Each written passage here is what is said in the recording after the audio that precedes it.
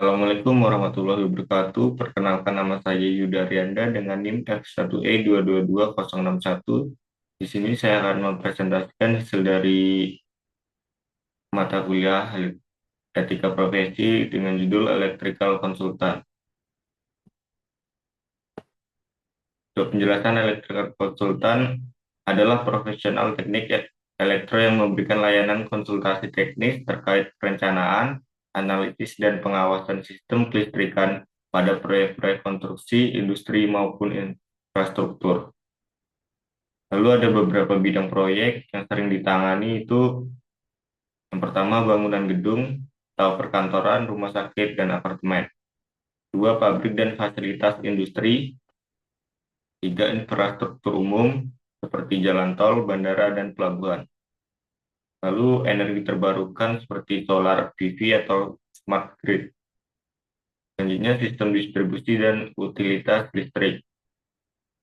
Lalu ada juga tugas utama sebagai seorang engineer konsultan, yaitu mendesain sistem instalasi listrik, distribusi daya dan pencahayaan dan grounding. Melakukan analisis beban dan sistem proteksi, membuat RAB dan spesifikasi teknik listrikan, memberikan rekomendasi teknis selama fase perencanaan dan konstruksi, mengawasi pelaksanaan instalasi listrik di lapangan agar sesuai standar. Selanjutnya ada organisasi yang terkait dalam electrical konsultan. Yang pertama, PII, Organisasi Profesional Utama Insinyur di Indonesia, menyediakan sertifikasi IPP atau IPU dan mengatur kode etik profesi. Kedua, ada BNSP, mengeluarkan sertifikasi kompetensi berbasis SKKNI untuk konsultan kelistrikan dan instalasi tenaga.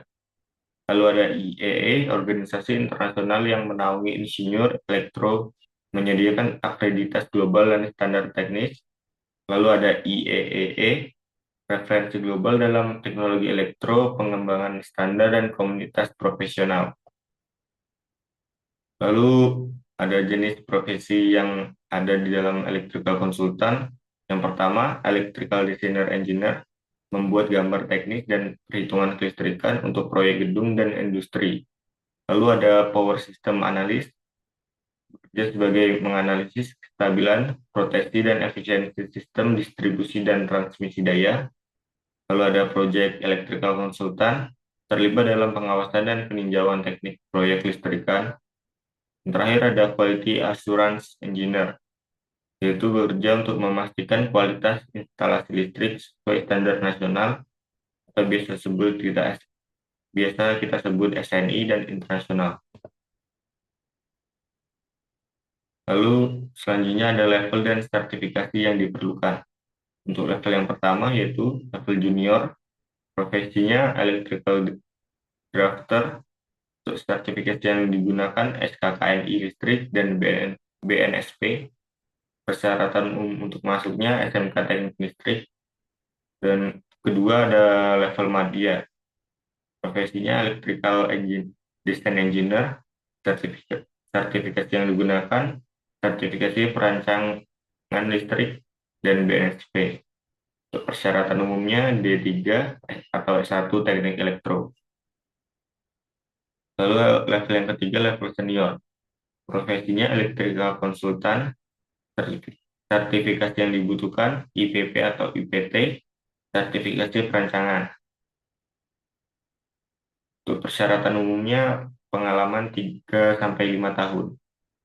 Untuk level ahlinya, profesinya power system consultant, sertifikasi yang digunakan IPU atau PII, IEEE atau IEE tersertifikasi. Untuk persyaratannya S2 atau S3 Teknik Listrik dan sertifikasi internasional. Lalu untuk sertifikasi dan kode etik. Sertifikasi umum yang dipegang oleh electrical consultant berupa sertifikasi perancangan instalasi tenaga listrik. Kedua ada sertifikasi insinyur profesional, IBP, IPT, IPU, dan PII. Sertifikasi kompetensi instalasi listrik SKKNI 2027 paling terakhir. sertifikasi internasional IEEE atau IEE. Untuk kode etik yang harus dipatuhi ada beberapa ya.